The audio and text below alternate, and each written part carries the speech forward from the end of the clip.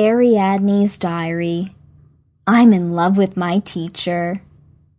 Book 1 in the Lesbian Diaries series by Giselle Renarde. Read by the author. Tuesday, May 9th at 4:35 p.m. Dear Diary, I did it again. I said I wouldn't, but you know how it goes. Happens often enough. There I was, sitting in class, waiting for Ms. Bambini to hand around our tests, when I got the need between my legs. You know the need, the one I can't ignore no matter how hard I try. It doesn't make sense. By that point in the day, I'd already run home to get off real fast. That was during lunch hour. You know Ms. Bambini's class is right after lunch. You'd think if I got myself off good enough, the satisfaction would last for an hour at least. So why doesn't it? Why does this keep happening to me? The need is ruining my life.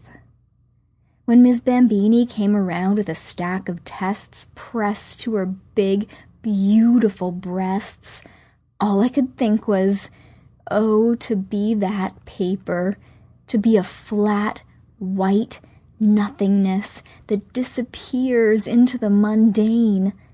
A woman of Ms. Bambini's ample assets would press me against her heaving bosom and not think twice about it.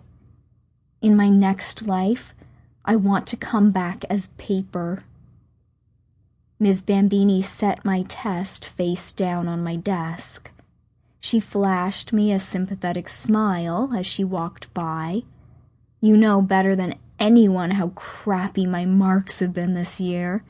And clearly it's not because I can't write words on a page.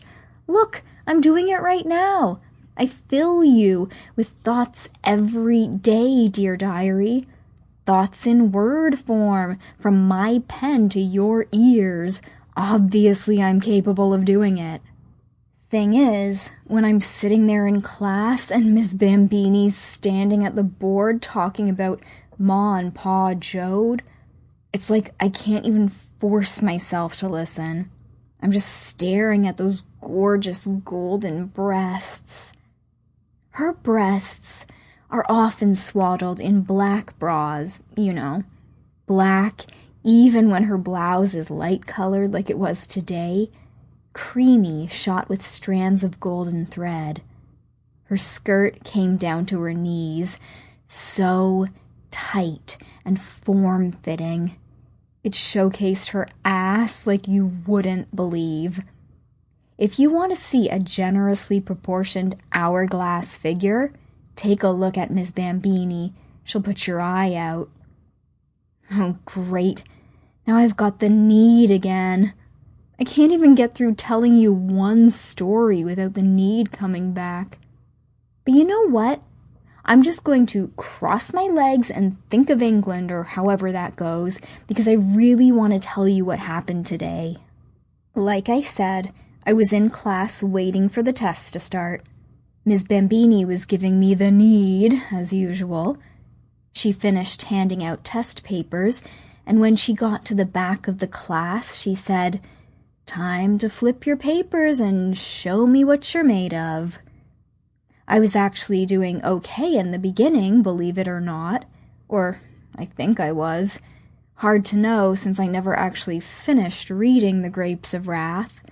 But I watched enough YouTube videos to think I had a pretty good handle on the topic. Then, tragedy befell. Ms. Bambini started walking up and down the aisles. I could hear her behind me as I got to the short answer questions.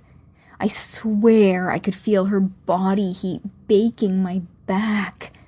Oh, what a rush. She smelled so good, and it wasn't perfume. Even though the school is a scent-free environment, she keeps a tube of body lotion in her desk. Black cherry and almond. God, that scent. My eyes unfocused as she passed me by. It was wonderful. Sample complete. Ready to continue?